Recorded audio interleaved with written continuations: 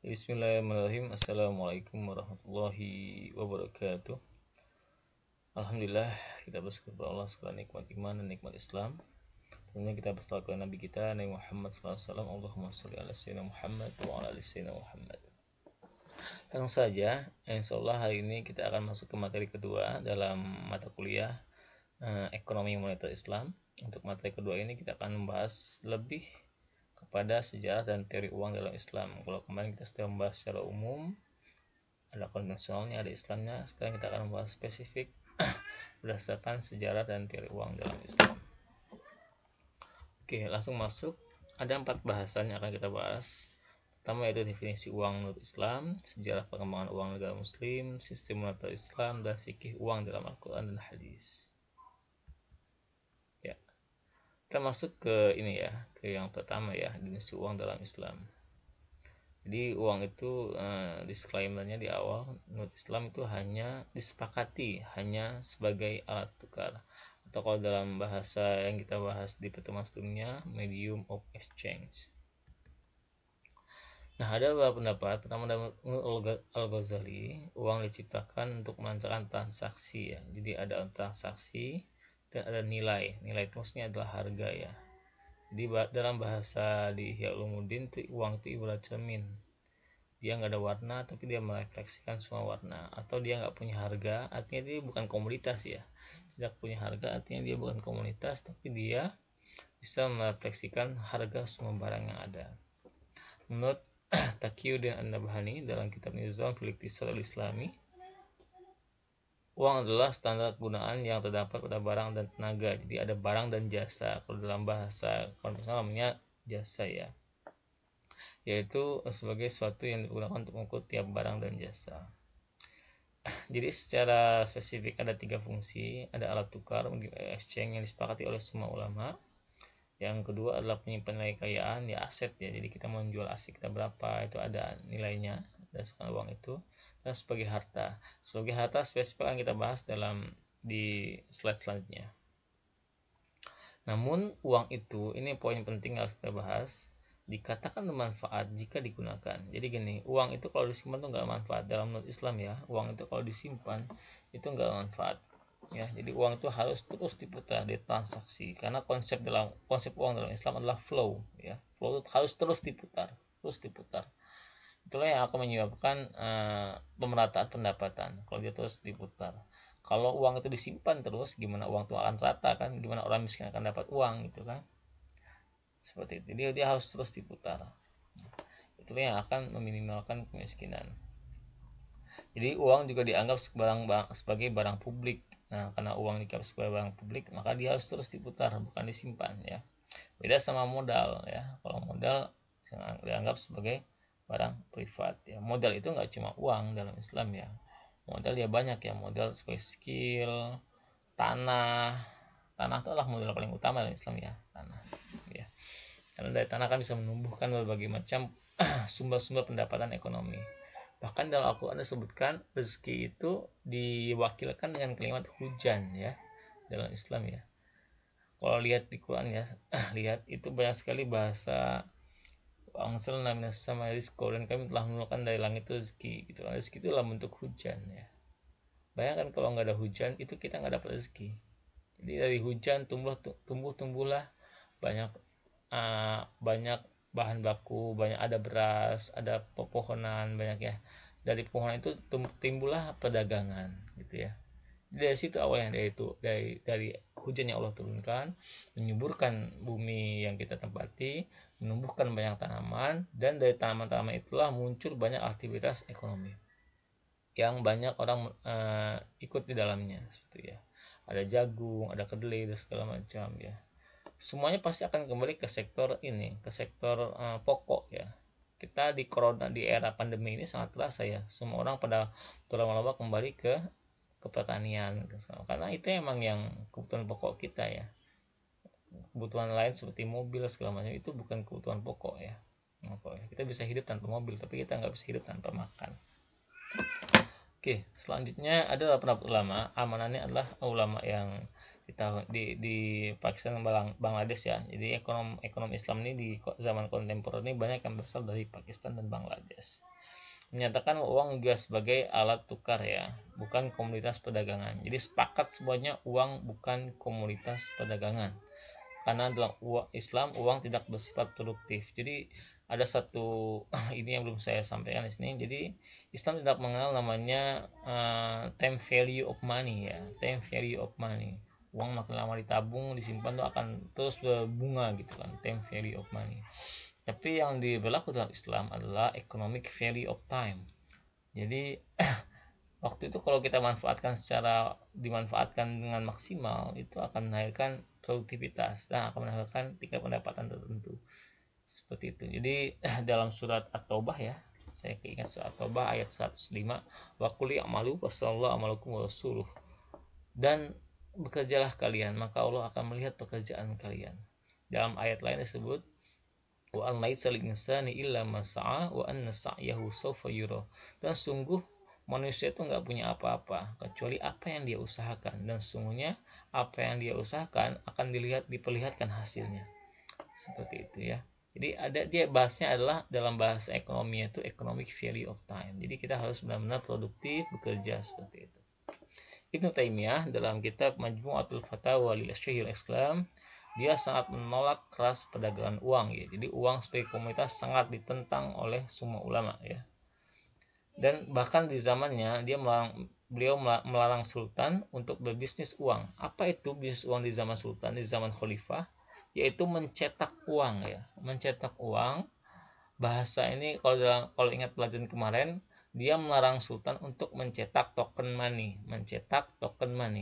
Jadi artinya sultan waktu itu mencetak uang dalam bentuk logam dengan campuran tembaga, tapi nilainya ditinggikan ya. Katakanlah logam itu, koin itu dibuat dengan harga 2 dirham gitu kan, tapi yang tertera di atas itu 5 dirham seperti itu. Padahal fisik dari koin itu tidak semuanya perak, tapi ada campuran tembaga seperti itu. Nah, itu dilarang ya, karena ini dianggap dia berbisnis uang ya, karena dia ketika dia mencetak dia ada lebihnya di situ kan. Cetak harganya 2 dirham, disebarkan ditransaksikan dengan harga 5 dirham. Dia ada untung 3 dirham di situ ya. Tiap mata uangnya, tiap koinnya kan luar biasa keuntungan sultan. Kalau yang di Indonesia ada juga Pak Muhammad Syafi'i Antonio ya. Beliau juga menyebutkan bahwasanya sama ya, uang dan Islam hanya alat tukar bukan komoditas. Jadi yang dikenal hanya money demand for transaction. Jadi permintaan uang itu hanya untuk transaksi, bukan untuk spekulasi. Karena sama tadi ya, sifatnya uang itu adalah flow, konsep harus terus diputar. Langsung masuk ke seksi kedua, bagian kedua. Nah, itu ada definisi ya. Yang seksi kedua ini adalah teks sejarah uang di wilayah muslim. Ini salah tulis ya, bukan museum ya, muslim. Ya, dinar dan dirham itu asalnya bukan dari Indonesia ya. Bukan dari Arab Saudi ya. Bukan dari Arab ya. Bukan dari semenanjung Arab ya. Tapi itu memang berasal dari Romawi ya. Romawi Zantium ya. Jadi dalam bahasa Romawi itu disebut dengan denarius. Namun cuman dinar di zaman itu ya pasti logonya logo kerajaan sana dan agama sana, ada salibnya seperti itu ya. Terus sedangkan dirham atau perak itu berasal dari Persia. Persia itu Irak dan Iran ya. Jadi kalau Romawi itu kalau lihat di peta itu lebih dekat ke Eropa, Italia gitu ya. Masuk Romawi situ. Sedangkan dirham perak itu berasal dari Persia. Persia itu Iran ya, Iran Irak. Zaman sekarang itu Iran Irak ya, lebih dekat ke Turki, ke sana lagi ya. Ini adalah dua negara adidaya di zaman itu. Jadi yang satu pakai perak, yang satu pakai dinar ya. Karena yang satu mungkin banyak menghasilkan perak, yang satu banyak menghasilkan emas. Seperti itu. Di Yaman, di daerah Arab bagian selatan, di semenanjung Arab bagian selatan ya, yang daerah pantai sebelah sini ya. Nah, itu juga sudah menerapkan dirham ya. Namanya dirham himyar dari Yaman. Jadi ini banyak sekali ya macam-macam dirham yang tersebar di zaman ini. Dan karena tipe orang Arabnya adalah tipe orang pedagang dan mereka bergaul sama semuanya ya. Berdasarkan surat Al-Quraisy ya, kalau kita ingat li'ila fi Quraisyin. Kebiasaan orang Quraisy itu adalah mereka ila firnih syita was shaif, mereka berpergian pada musim dingin dan musim panas ya. Musim panas mereka ke Syam ya, musim dingin mereka ke Yaman, seperti itu.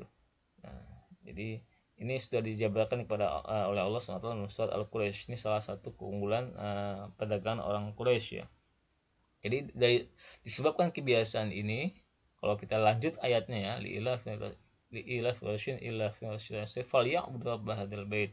Maka bersyukurlah kalian dengan menyembah Tuhan Ka'bah ini, Tuhan milik Ka'bah, rabb hadzal bait alladzi at'am min ju' wa amana min khauf, yang telah memberi mereka makan ya. Jadi karena mereka diilhami untuk berdagang ya, mereka mendapatkan kecukupan dalam makanan, wa amana min khauf, dan mereka aman ya, mereka aman. Aman itu kenapa? Karena daerah mereka kan bukan daerah yang ekonomis ya, padang pasir ya. Jadi mereka aman, jarang orang ada yang menyerang. Negara Persia dan negara Romawi tidak tertarik untuk menyerang Arab Saudi karena mereka ya daerah padang pasir ya, daerah padang pasir. Cuma catatan di sini ya, yang harus kita catat, kita kembali ke dinar dirham. Dinar dan dirham saat itu tuh jenisnya banyak ya, banyak sekali. Bahkan ada sebagian gubernurnya Romawi itu Bizantium itu mencetak uang sendiri, sehingga banyak itunya, banyak macam-macamnya gitu kan. Makanya itu ketika sampai di Arab Saudi itu dia harus ditimbang ulang ya, ditimbang ulang berdasarkan beratnya ya, berdasarkan beratnya, tidak berdasarkan nominal maupun cetakannya. Jadi walaupun dia tertera di atasnya 2 dinar, 3 dinar, tapi nyampe di Arab harus dihitung ulang itu. Ini benar nggak 2 dinar nih? Kadar emasnya benar nggak sebanyak 2 dinar? Nah, itu ada alat timbangnya. Alat timbangnya ini nggak saya sampaikan, nanti ada saya sampaikan. Kalau nggak salah di Madinah namanya wazn ya, wazn. Kalau di Mekah saya lupa namanya itu apa. Nah, nanti alat timbang inilah yang akan menjadi patokan dinar dan dirham yang dipakai dalam syariat Islam. Nah, untuk menghindari penipuan ya, tujuannya di Aceh, bahkan di Aceh di zaman Belanda dulu tuh tahun 1800-an itu sudah ada ya, di zaman kerajaan Islam Samudra Pasai itu Pasai benar ya, itu ada alat timbang namanya dacing di sana itu ya. Nah, timbangan inilah yang akan menjadi cikal bakal pecahan uang dalam Islam. Jadi berdasarkan timbangan tadi dibuatlah pecahan uangnya ya. Nah, ini pecahan uang dalam Islam. Ini perlu dicatat ya, teman-teman sebagai orang muslim harus tahu ini ya. Pecahan uang dalam Islam pertama itu 1 ritel sama dengan 12 uqiyah. Nah, karena ini akan banyak ketemu dalam bahasa-bahasa hadis, apa itu uqiyah, dinar, nasyah, nuwah, miskol, dan kirot, habbah, itu harus tahu ya. Jadi 1 uqiyah itu sama dengan 200 dirham atau 20 dinar. Ini adalah yang nomor 2 ini adalah acuan untuk zakat emas ya, zakat emas dan perak. Jadi perak itu dikenain zakat kalau sudah nisabnya 200 dirham. Sedangkan kalau emas itu adalah 20 dinar atau dalam kalau di kita sekarang itu sama dengan 85 gram emas ya. Itu sama dengan 1 uqiyah ya. Kalau 1 uqiyah ini adalah bentuk singular. Kalau uqiyah ini adalah bentuk jamak. Kalau 1 uqiyahnya itu adalah 40 dirham, seperlimanya ya. Seperlima dari uqiyah. Jadi kalau 200 dirham ini kan zakatnya kan 5 dirham ya. Jadi hitungannya dibagi dari 40 ya. Jadi dalam bahasa hadisnya itu setiap 40 dirham akan dikenai zakat 1 dirham. Berarti kalau dia nisabnya sudah sampai 200 dirham, berarti zakatnya adalah 5 dirham seperti itu. Sedangkan kalau dinar, ini harus tahu nih, sering ngomong dinar tapi nggak tahu gramnya, itu sama dengan 4,25 gram emas ya, hitungannya seperti itu. Ya, ini bisa dibaca sendiri ya, bisa dipahami sendiri. Sampai ke bawah, ini pecahannya ada sekitar 11 pecahan ya. Bahkan sampai uang yang 1 habbah. Habbah ini kalau dalam bahasa di Quran ya, faman ya'mal mithqala dzarratin khairan yarah, mithqala habbatin, faman ya'mal mithqala dzarratin kan, faman ya'mal mithqala dzarratin khairan yarah. Oh bukan ini, habbahnya ada dalam surah Al-Baqarah ya. Dan siapa yang bersedekah 1 habbah, maka Allah menambahkan sampai 7 kali lipat sampai 700 kali lipat. Ada dalam surah Al-Baqarah ini ya.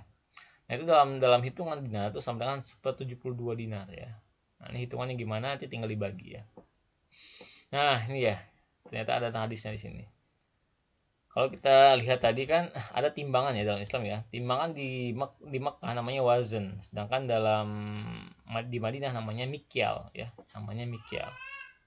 Ya, inilah yang dipakai yang apa tuh standar yang dibuat oleh Rasulullah untuk mengukur dinar dan dirham yang beredar di Mekah dan Madinah. Nah, banyak hal ya. Jadi dinar dirham ini banyak sekali digunakan dalam ilmu syariat.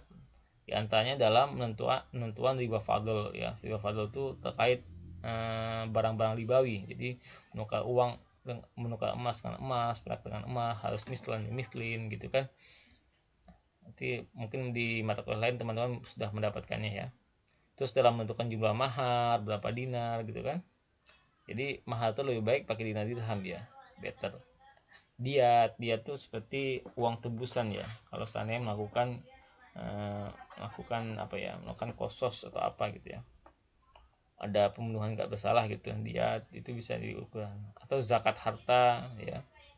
Karena itu penting sekali kita mengetahui hukum-hukum pecahan uang dalam Islam nih. Dinar dirham sangat penting. Karena ini berkaitan dengan zakat. Jadi fungsi uang dalam Islam selain untuk alat tukar, ternyata juga ada untuk sebagai satu standar untuk menentukan hukum syariat di sini, ya, hukum syariat. Nah, ini detailnya bisa dilihat ya. Jadi ukuran dinar dirham yang diakui syariat itu apa sih? Nah, banyak ya. Di zaman Arab dulu itu banyak sekali pecahan dirham itu banyak sekali. Ada yang 1 dirham sama dengan 1,6 gram perak, ada yang sama dengan 0,6 gram perak. Akhirnya dengan banyaknya itu akan membuat syariatnya nggak bisa dijalankan karena hukumnya akan berbeda-beda tiap daerah. Maka dari itu ditentukan oleh Rasulullah 1 dinar adalah sama dengan 4,25 gram emas dan 1 dirham sama dengan 2,975 gram perak ya. Ini Rasulullah yang menentukan. Nah, jadi kalau kita konversikan dalam bentuk ini ya, dalam bentuk yang tabel 1 ini turunan dari dinar. Sedangkan yang tabel 2 adalah turunan dari dirham ya. 1 miskol 1 dinar sama ya. 1 danik ya sama dengan 1/8 daripada emas. Nah, ini kayaknya belum ada yang jual yang 1/8 emas ya, belum ada. 1 kirot sama dengan 1/20 ya. 1 habbah 0,059 gram emas ya. Ini kecil-kecil ya, 0,5 gram. Kalau 0,5 ada sudah kayaknya ya, 0,5 gram emas sudah banyak yang jual. Dan ini. Sedangkan dirham, itu juga 1 dirham sama dengan 1 dirham itu kalau dibagi dengan emas ya sekitar 7/10 ya, 7/10. 7/10. Jadi 1 miskol itu sama dengan 1 dinar ya. Miskol sama dinar itu sama ya. 10 dirham sama dengan 29,7 ya. Ini ada ini ya. Silakan bisa di ini ya, dipelajari sendiri terkait ini. Definisi ini. Dia tuh pecah-pecahannya seperti ini ya. Pecah-pecahannya seperti ini. Nah, ada beberapa istilah penting selain istilah yang kita pelajari di sini, ada retail, ada auqiyah, ada habah segala macam ya. Ada juga istilah lain yang harus diketahui. Dalam perkembangan sejarahnya, Islam itu pernah mengalami krisis mata uang emas dan perak ya.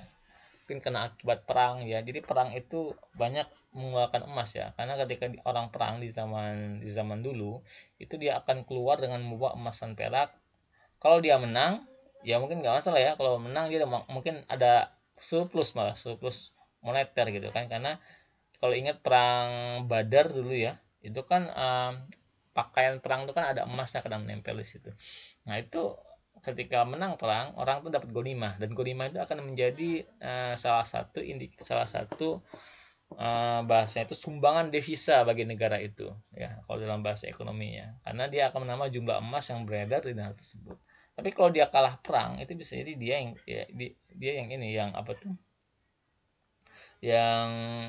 kekurangan emas. Sehingga saya tahun 4 Hijriah ini mungkin saat perang ini ya, perang Uhud ya, banyak kalah ya ini. Waktu itu pernah kalah, Islam pernah kalah kan waktu itu, dan baru itu ada krisis emas dan perak. Ya, perang Uhud kan kita umat Islam kan kalah ya.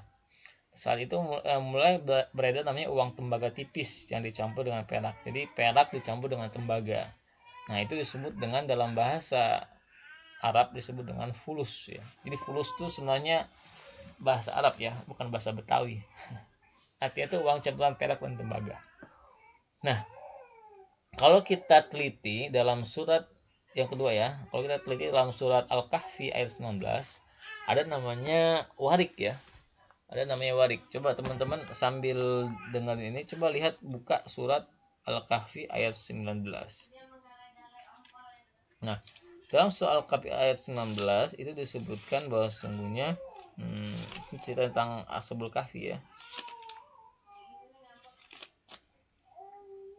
Wa kadzalika ba'atsnahum yas'alu bainahum qala qul minhum kam labistum qalu labisna yawman aw ba'da yawm qalu rabbukum ma labistum fab'atsu ahadakum biwarikikum. Nih, fab'atsu ahadakum biwarikikum, maka utuslah salah seorang di antara kalian dengan membawa warik. Apa sih warik? Warik itu kebanyakan ulama sepakat itu adalah dirham ya. Tapi warik itu secara bahasa, kalau kita lihat di kamus bahasa Arab, warik itu artinya adalah kertas ya. Warokoh itu lebih dekat kepada daun ya, lembaran daun. Jadi berdasarkan itu saya lihat ada beberapa jurnal penelitian di Unida, Darussalam Gontor, itu pernah dia menyebutkan ternyata warik itu adalah uang kertas, lembaran kertas yang telah ada sejak zaman Ashabul Kahfi, tapi dia bahannya adalah perak.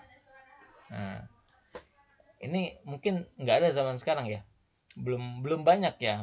Dia bahannya perak, mungkin entah hiasannya atau apa gitu ya, kan ada kayak kalau perak kan bisa dihias ya di kertas ya gitu ya. Jadi uang kertas tapi bahannya adalah perak, itu warik ya. Nah, itu ternyata juga ada zaman Ashabul Kahfi. Ashabul Kahfi ini berarti jauh sebelum Rasulullah ya, sudah ada. Ya. Ini adalah warik ya. Ini menarik untuk diterapkan di negara-negara Muslim ya. Kalau belum bisa menerapkan emas utuhnya, masih tergantung kepada perak dan masih tergantung kepada uang kertas, bisa mengakomodasi ini. Ada juga istilahnya namanya naket atau nukut. Nukut itu adalah bentuk singular dari naket, adalah bentuk singular dari nukut ya. Itu Q-nya satu aja itu sebenarnya. Nah, nukut inilah yang disebut dengan yang mewakili mata uang ya. Jadi beda uang sama mata uang ya. Kalau ingat kemarin saya pernah share video, beda antara uang dengan mata uang. Uang itu ya dinar dirham ya. Itu uang yang benar, full bodied money, itulah yang disebut dengan uang ya. Tapi kalau uang kertas, token money, itu lebih dekat kepada nukut ya, mata uang ya. Nah, naket lebih dekat kepada uang saku. Kalau dalam bahasa sehari ini lebih dekat kepada uang saku. Kita ngasih uang saku kepada anak mau jajan gitu kan, namanya naket, nukut. Bekal lah gitu. Bahasanya bekal. Karena dia lebih mudah dibawa, portable. Salah satu fungsi uang kan portable. Yang istilah yang lain yaitu yang perlu kita ketahui adalah sikah. Sikah atau darus sikah, yaitu tempat percetakan uang di zaman Islam. Namanya darus sikah ya. Nah, di zaman Islam pernah ada beberapa kali percetakan uang ya. Jadi sebelumnya itu banyak yang digunakan adalah uang cetakan daripada Romawi dan Persia ya. Cuman di ukuran beratnya disesuaikan dengan zaman Islam ya. Ukuran dan beratnya disesuaikan dengan zaman Islam.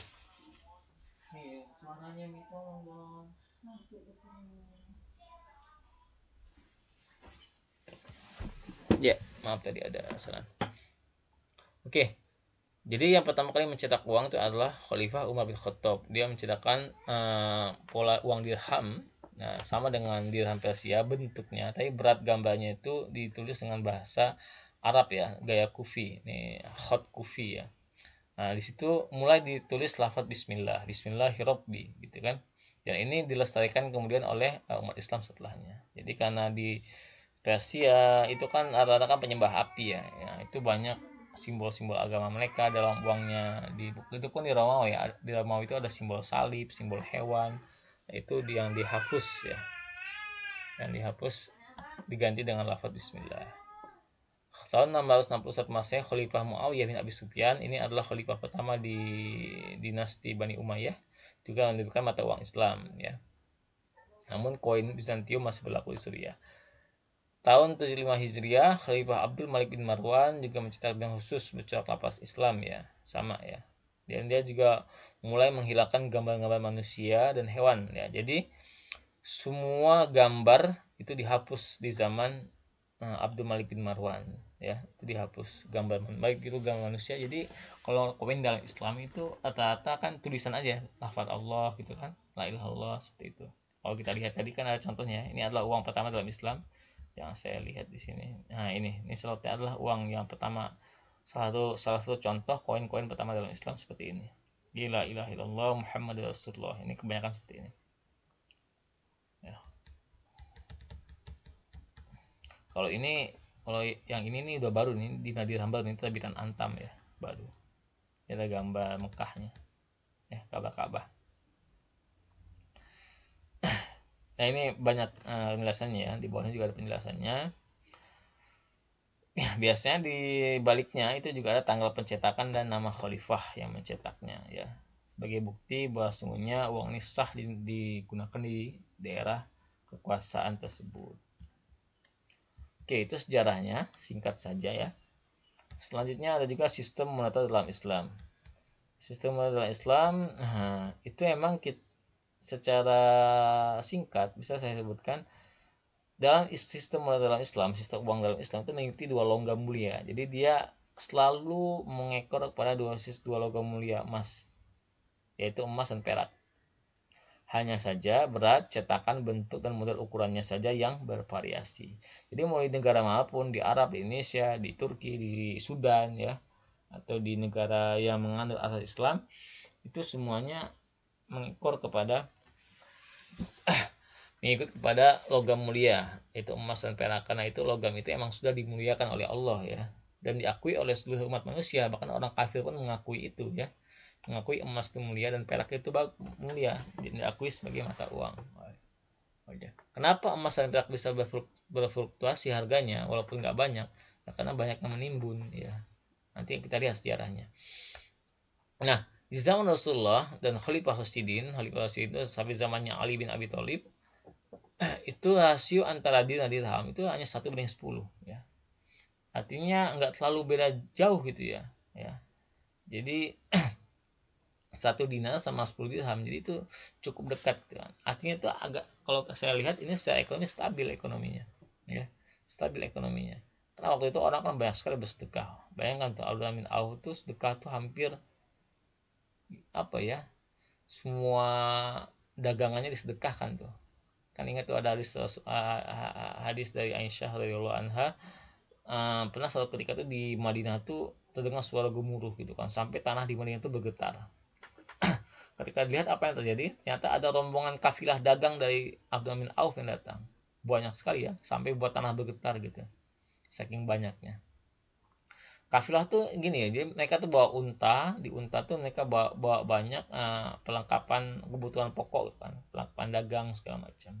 Unta tuh kalau kita hargai di zaman sekarang itu hampir harga mobil ya, sama. Ini bayangkan ya, ketika lalu Aisyah radhiyallahu anha ngomong seperti ini sama salah seorang sahabat, bahwasanya Abdurrahman bin Auf akan masuk surga tapi dalam keadaan merangkak gitu kan. Nah, perkataan Aisyah ini disampaikan lagi kepada sahabat ini, menyampaikan kepada Abdurrahman bin Auf bahwasanya kamu akan masuk surga tapi dalam keadaan merangkak karena harta kamu banyak sekali gitu kan.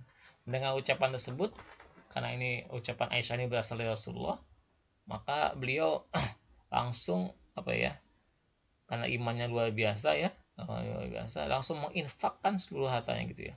Bayangkan kalau ada 1000 unta itu diinfakkan, ada 1000 mobil gitu ya. Kita bayangkan, kita punya 1000 mobil kita kasih ke orang-orang semuanya. Nggak cuma mobilnya aja, sama isi-isinya. Jadi mobil itu penuh dengan makanan, beras, kebutuhan pokok sehari-hari lah gitu kan. Di mobil sama itu sama kebutuhan pokok sehari-hari itu full. Itu disedekahkan semua. Gimana nggak ekonomi akan merata gitu ya. Maksudnya itu ya luar biasa gitu ya sedekah mereka gitu kan. Nggak nyampe gitu, zaman sekarang tuh nggak ada orang yang mampu bersedekah seperti itu ya. Tapi zaman Umayyah Abbasiyah dan Turki Utsmani, itu zaman-zaman setelah zamannya Ali bin Abi Thalib meninggal, itu rasio dinar dirham itu 1:50 ya. Artinya jumlah dirham makin banyak, jumlah dinar makin sedikit. Artinya orang sudah banyak yang menyimpan emas ya. Jadi emas tidak banyak dipakai sebagai alat tukar ya. Jadi orang lebih banyak menggunakan dirham ya, seperti itu. Ini berlaku hukumnya yang kemarin kita bahas Gresham Law itu, karena mungkin ada faktor ada mulai banyak muncul uang tembaga gitu ya, uang-uang yang buruk seperti itu muncul, otomatis uang yang bagus akan keluar seperti itu. Nah, tahun 1929 kalau kita ingat ya, 1929 ini adalah tahun 5 tahun setelah Turki Utsmani runtuh. Tahun 1924 itu adalah Turki Utsmani runtuh ya. Khalifah Islam itu runtuh tahun 1924. Jadi kita nggak punya khalifah, nggak punya kekhalifahan Islam itu sejak tahun 1924 ya. Jadi itu baru ya, bukan hal yang lama ya. Dari zamannya Abu Bakar As-Siddiq, khalifah itu dimulai sampai zaman tahun 1924. Lama kan ya. Dari dari abad 700 ya, abad ke-7 sampai abad ke-19. Lama khalifah itu bertahan. Dan itu ternyata baru 1 abad, belum nyampe 1 abad kayaknya ya. Belum nyampe 1 abad. Jadi pemerintahan Amerika sebagai adidaya ini, negara barat sebagai pemenang dalam ekonomi dunia itu nggak lama, baru 1 abad. Usianya baru 1 abad. Kita udah lama sekali. Nah, ketika mereka sudah menang perang waktu itu, mereka mulai mengadopsi sistem yang dianut oleh Islam. Bahasa mereka ya sistem gold silver. Jadi gini, kenapa Amerika ini bisa rasio dinar sama dirhamnya, emas peraknya itu bisa sangat dekat ya, stabil gitu kan. Karena gini, ketika perang dunia pertama, Amerika tuh nggak ikut perang, tapi kerjaan dia adalah menjual senjata.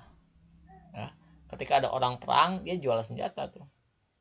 Jadi orang yang baik pihak yang A sama B yang sering itu sama-sama beli senjata di Amerika gitu kan. Jadi ketika perang terjadi itu pihak penjual senjata adalah pihak yang paling diuntungkan.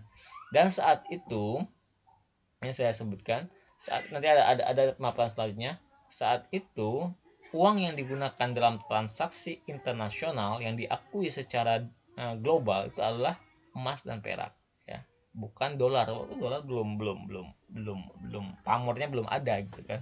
Uang kertas itu belum ada ya. Jadi uang yang berlaku di seluruh dunia adalah emas dan perak.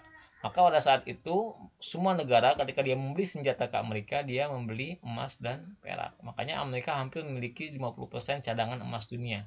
Karena dia berhasil menukar emas itu dengan senjata. Ya. Maka tahun 1929 mulai diterapkan ini ya, emas dan perak ya. Nah, tahun 1873 ini kayaknya bukan 1929 deh, 1829 kayaknya. Ini salah tulis saya kayaknya. Nah, tahun 1873 itu perak tidak lagi digunakan sebagai sebagai standar dalam sistem keuangan karena harganya yang berfluktuasi tajam ya. Ya karena mungkin perak juga banyak hilang dari peredaran ya. Padahal di zaman VOC itu salah satu sebabnya VOC Belanda itu salah satu sebab mereka bisa menguasai perdagangan dunia karena mereka punya cadangan perak yang banyak ya, yang mereka beli dari Jepang waktu itu. Nah, sejak tahun 1803 itu emas menjadi satu-satunya standar keuangan dunia, monometalism seperti itu. Nah, saat itu mulai ada pemberlakuan model gold currency yang diterapkan di dunia. Pertama adalah gold coin. Ini negara muslim ya. Gold coin aktif atau full bodied money ya. Jadi benar-benar uang emas yang berada di masyarakat yang dipakai sebagai alat tukar, gold coin. Yang kedua adalah gold bullion. Jadi nilai suatu moneta dikaitkan dengan emas. Jadi uang kertas katakanlah yang saya sebutkan kemarin itu mewakili kepemilikan emas berapa gram gitu kan. Namun emas tidak beredar di masyarakat. Dan emas hanya digunakan dalam transaksi nasional. Jadi yang berada di masyarakat lokal katakanlah di daerah Prancis, daerah Jerman itu hanya uang kertas. Jadi uang kertas yang dianggap sebagai kwitansi kepemilikan emas. Nah, itu gold bullion. Sedangkan emas ketika dia mau perdagangan ekspor impor dia baru menggunakan emas murni ya. Karena nggak mungkin uang kertasnya mungkin nggak berlaku di kwitansinya, mungkin nggak berlaku di negara lain. Sistem yang ketiga adalah managed gold bullion. Jadi sistem moneter di mana emas tidak dapat dipakai lagi dalam peredaran umum ya. Jadi memang benar-benar diatur ketat ya. Emas tuh nggak boleh sampai keluar ya. Harus disimpan. Nah, ada juga namanya yang terakhir adalah gold exchange. Gold exchange telah dikenal dengan Bretton Woods System, yaitu fiat money yang dapat dikonversikan ke dalam emas dengan harga tertentu. Jadi ini sama ya kayak tadi ya. Jadi yang berlaku hanya di seluruh negara itu hanya fiat money. Nah, hanya uang kertas. Jadi kalau tadi yang kalau gold beli itu transaksi internasional masih menggunakan emas, tapi kalau gold exchange itu mereka sudah bisa menggunakan uang kertas sebagai transaksi internasional, tapi masih ada backup emasnya. Baru pada tahun 1971 emasnya sama sekali nggak digunakan, jadi benar-benar uang yang mengambang ya. Jadi emas hanya digunakan sebagai investasi sejak tahun 1971, jadi bukan sebagai alat tukar lagi ya. Bahkan sebagai komoditas yang diperdagangkan ya bahkan ya. Nah, pendapat ulama terkait sistem moneter dalam ini saya ambil dalam kitab-kitab Islam ya, karena yang kita bahas adalah kitab-kitab pendapat Islam. Jadi Ibnu Khaldun dalam kitab Muqaddimah mengatakan bahwa uang tidak perlu mengandung emas dan perak, tapi emas dan perak bisa menjadi standar nilai uang ya. Tapi harus ada jaminan dari pemerintah, ya. Bukan dari perusahaan ya, tapi dari pemerintah. Al-Ghazali juga dalam Ihya Ulumuddin menyebutkan peredaran uang sama sekali tidak mengandung emas dan perak dibolehkan ya, tapi harus ada pernyataan resmi dari pemerintah ya. Jadi nggak harus emas dan perak yang digunakan ya, boleh uang warik tadi boleh, tapi ada standar emas dan peraknya. Bahkan An-Nabhani lebih toleran lagi, selama terdapat unsur saling ridho, maka Islam membolehkan manusia melakukan pertukaran dengan apa sih yang dia kendaki. Ini lebih kepada barter ya. Ya, transaksi itu nggak harus dengan uang ya. Bisa juga, ini juga pendapat yang membenarkan adanya uang barang ya, garam gitu kan yang saya bahas, garam, coklat seperti itu, rempah itu mengacu kepada pendapatnya At-Nabhani dalam kitab Nizam fil Iqtisad al-Islami. Nah, selanjutnya yang terakhir fikih uang dalam Islam. Nah, coba kita telaah sedikit ya ayat Quran yang membahas terkait uang. Dalam surah At-Taubah ayat 34, dan orang-orang yang menyimpan emas dan perak. Jadi bahasnya emas itu dalam bahasa Quran zahab wal fiddah. Zahab gini. Ini kita harus renungi ya. Kenapa di Al-Quran emas disebut sebagai zahab? Zahab. Zahaba. Kalau ingat pelajaran bahasa Arab, zahaba itu artinya pergi ya. Ana adhabu ilal fasli, ana adhabu ila suqa. Jadi saya pergi ke pasar. Zahab itu lebih pada pergi ya. Artinya emas itu akan sesuatu yang lewat aja ya. Kalau dalam bahasa Agim itu bagus. Emas atau uang itu sifatnya terima kasih. Kita terima, bisa pasti akan kita kasih ke orang. Ya. Sama kayak rumah. Rumah itu kan tempat tinggal. Tempat yang akan kita tinggali dan tempat yang akan kita tinggalkan. Itu ya. Jadi emas itu bagus sekali. Jadi pemilihan bahasa dalam Al-Quran itu bagus sekali ya. Di dalam bahasa surah At-Taubah ayat 34 itu emas diwakili dengan kalimat zahab. Zahab artinya yang emas ya. Atau dalam bahasa lain lebih dekat kepada yang akan berlalu pergi. Jadi nggak usah harus jangan dipegang. Jadi dunia itu semakin dipegang tuh jadi dunia ini kalau dipegang terlalu kuat itu seperti kita memegang kawat berduri ya. Makin kuat kita pegang, makin sakit ketika dilepas. Ya. Seperti itu. Nah, ini At-Taubah 34 menyatakan bahwasanya kita nggak boleh menyimpan emas dan perak secara berlebihan. Karena dia pertama, dia akan kena zakat, akan dipaksa untuk melakukan zakatnya. Yang kedua, karena Islam menganut konsep flow ya. Uang itu sebagai flow, konsepnya adalah flow, harus berputar terus agar kekayaan terus berputar pada orang banyak. Yang kedua, soal Kahfi 19 yang tadi saya bahas, yaitu fa'atu ahadukum biwarikikum. Maka suruhlah salah seorang di antara kamu untuk pergi kota dengan membawa uang perak warik tadi ya, uang kertas dengan yang berbahan baku perak ya, warik bahasanya. Dalam surah An-Nisa itu mal ya, harta. Jadi janganlah kamu serahkan kepada harta yang sumber akalnya. Jadi harta itu, uang itu jangan diberikan kepada orang yang nggak ahli dalam mengurus keuangan, harus sama yang ahli gitu kan. Ya. Jadi kalau dalam hadis lain sebutkan idza wuridal amru min ghairi ahlihi fantazis sa'ah. Kalau urusan itu diberikan kepada orang yang enggak ahlinya, maka tunggulah kehancurannya, seperti itu ya. Yang ke dalam surat Yusuf juga. Nah, dalam surat Yusuf ini jelas disebutkan kalimat dirham, darohima ma'dudah bahasanya itu. Jadi emang disebutkan di zaman Yusuf itu sudah ada namanya dirham. Jadi kalau kita lihat sejarah tadi kan dirham berasal dari Romawi, mungkin ya, mungkin kalau saya mengacu pada surat Yusuf, Yusuf ini kan zamannya jauh sebelum zamannya Romawi ya, nggak salah ya, atau saya mungkin bareng ya, saya nggak tahu zamannya sama apa enggak, karena Romawi juga kerajaan udah lama juga gitu ya. Yusuf ini kan zamannya ketika zaman sebelum Firaun bahkan ya, Yusuf ini ya, Nabi Yusuf itu kan zamannya sebelum zaman Nabi Firaun, dan saat itu sudah ada dirham. Disebutkan dalam Al-Quran dirham, darohima ma'dudah. Darohima itu artinya adalah bentuk jamak dari dirham. Dirham, dirhamaini, darohim gitu kan. Jamak taksir dalam bahasa Arab. Seperti itu. Ya, kalau menurut hemat saya mungkin Islam lebih dulu menerapkan ini ya. Ya, di zamannya Bani Israel. Awal-awal Bani Israel.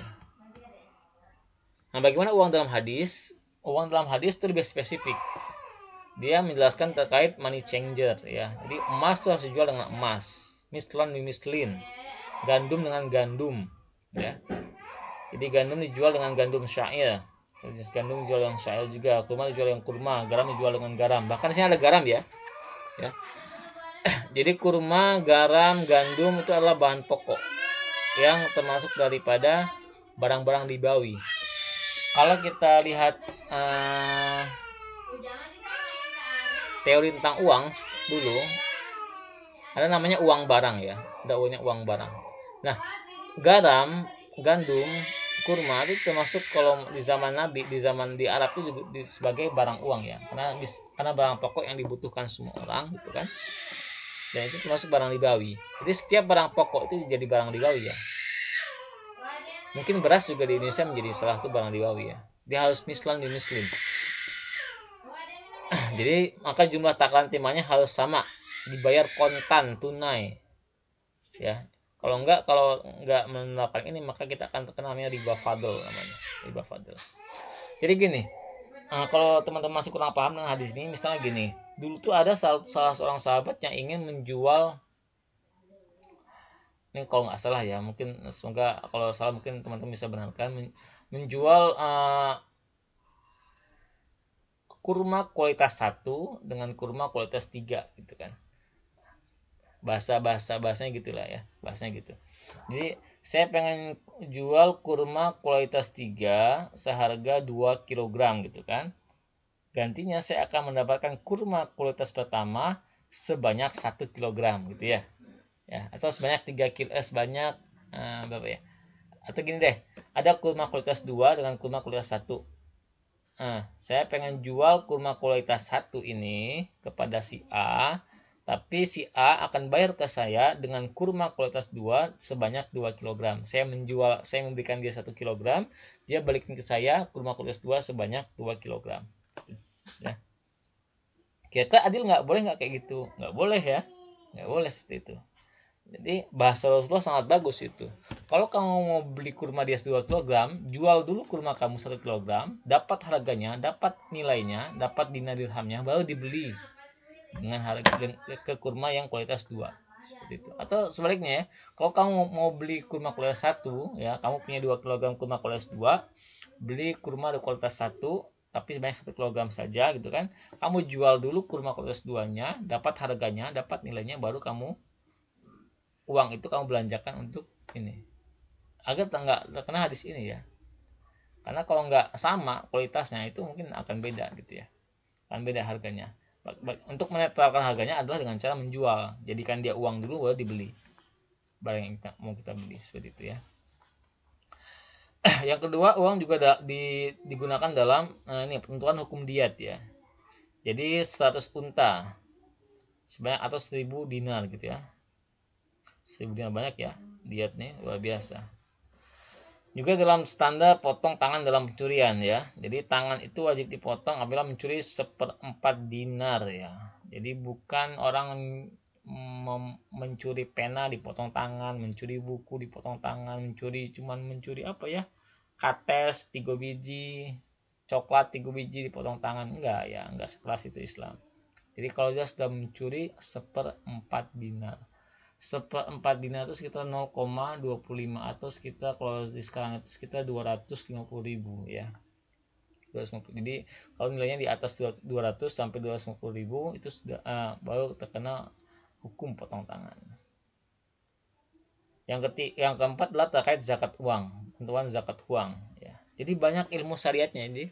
Jadi uang dalam hadis itu banyak digunakan sebagai penentuan syariat ya. Jadi setiap 20 dinar itu ada zakatnya setengah dinar atau 2,5%-nya. Atau setiap 400 dirham ada zakat sebanyak 5 dirham. Setiap 40 dirham ada zakat 1 dirham. Begitu ya. Dan tidak ada zakat emas kurang dari 20 miskol atau 20 dirham atau kurang dari 200 dirham ya. Ini jadi patokan dari zakat emas dan perak ya. Selanjutnya, nah ini definisi terkait mal. Jadi uang, mal itu secara bahasa artinya harta ya, harta. Jadi rata-rata di kitab fikih itu al-mal itu al-amwal, dalam kitabnya Abu Ubaid itu al-amwal. Al-amwal ini juga menjadi salah satu rujukan Adam Smith membuat kitab Wealth of Nation ya, yang jadi buku ekonomi pertama orang barat ya. Itu berasal dari kitabnya al-amwal Abu Ubaid ya. Ini al-amwal artinya harta ya. Nah ini juga menjawab pertanyaan teman-teman di pertemuan selanjutnya, kenapa sih ada orang yang sangat suka sekali sama harta? Karena mal itu secara bahasa, harta secara bahasa itu artinya condong, berpaling dari akhirat ya. Jadi kalau kita terlalu kekeh sama harta, kita akan malah berpaling dari akhirat. Sifatnya emang kayak gitu ya, berpaling dari satu posisi ke posisi lainnya, dan itulah naluri manusia yang cenderung kepadanya ya. Nah dalam Islam ada 4 unsur harta dan uang ya. Pertama tuh ainiyah. Apa itu ainiyah? Itu ada fisiknya. Ainiyah itu artinya fisiknya ada. Ya. Nggak ada digital ya. Jadi digital currency itu perdebatan ya. Saya lebih cenderung ke arah yang tidak mengakuinya ya. Digital currency. Qabilun litamlik. Yang kedua adalah qabilun litamlik. Itu bisa dimiliki, bisa disimpan. Qabilun litamlik. Jadi uang itu bisa dimiliki, bisa disimpan. Nah, yang ketiga, qabilun lintifa, bisa dimanfaatkan. Jadi kalau uang itu nggak bisa dimanfaatkan gitu kan, kita punya saldo di apa ya? Tapi nggak bisa, misalnya kita punya saldo di HP misalkan, tapi masa waktunya habis gitu kan, nggak bisa dimanfaatkan, itu bukan harta namanya. Ya. Kalau saldo kita 100.000 tapi nggak bisa dipakai, itu bukan harta namanya. Ya, percuma. Yang keempat adalah uruf itu sesuai dengan adat ya, adat di masyarakat kita. Jadi nah ini lebih dekat kepada uang barang ya. Jadi zakat di apa tuh? Arab kan pakainya kurma ya. Kalau di Indonesia pakainya beras gitu ya. Itu tergantung uruf masing-masing. Ya, uang juga fungsinya juga sebagai uang misli dan uang istihlaki hukuki. Wah, ini istilahnya pesantren semua nih. Misli itu ya sama ya, bemisal gitu kan, bemisal. Misli itu dari kata turunan kata dalam bahasa Indonesia misal ya. Memisalkan nilai harga satu barang gitu kan. Oh, berarti harga kulkas ini 1 juta nih. Berarti 1 juta ini mewakili harga daripada kulkas itu. Kalau istihlaki hukuki, saya lupa istihlaki hukuki itu tadi apa? Saya cek lagi. Istihlaki hukuki itu kalau nggak salah bisa dimanfaatkan ya. Manfaatnya bisa sehak tuh ada gitu. Nanti saya ceknya, kayaknya saya ada kesilap di sini, lupa. Nah, ada 2 pendapat terkait al-mal. Pertama jumhur ulama dan kedua Hanafiyah. Jadi kalau jumhur ulama itu sesuatu yang tabiat manusia yang cenderung kepadanya dapat disertai-makan dan orang lain terhalang untuk menggunakannya. Jadi artinya dia ada kemilikan di situ. Orang lain nggak bisa menggunakan harta kita gitu kan. Menggunakan harta kita. Jadi kalau harta itu digunakan secara publik, digunakan secara umum, berarti bukan harta namanya. Beda sama uang ya. Kalau uang itu kan tadi uang publik ya. Uang publik ya. Jadi kan kita yang haram dari sesama muslim itu adalah hartanya, darahnya, itu kan nggak boleh itu diganggu tuh sesama muslim. Kalau Hanafiyah itu disimpan ya. Jadi ada kecenderungan untuk menyimpan. Ini perbedaan pendapat saja. Ya, saya kira cukup ya. Kalau ada pertanyaan bisa di WhatsApp grup atau di media lainnya, di YouTube juga boleh. Kalau ini, ya saya kira cukup. Semoga bisa manfaat dan berkah. Wabillahi taufiq ya. Mohon maaf lahir dan batin. Assalamualaikum warahmatullahi wabarakatuh.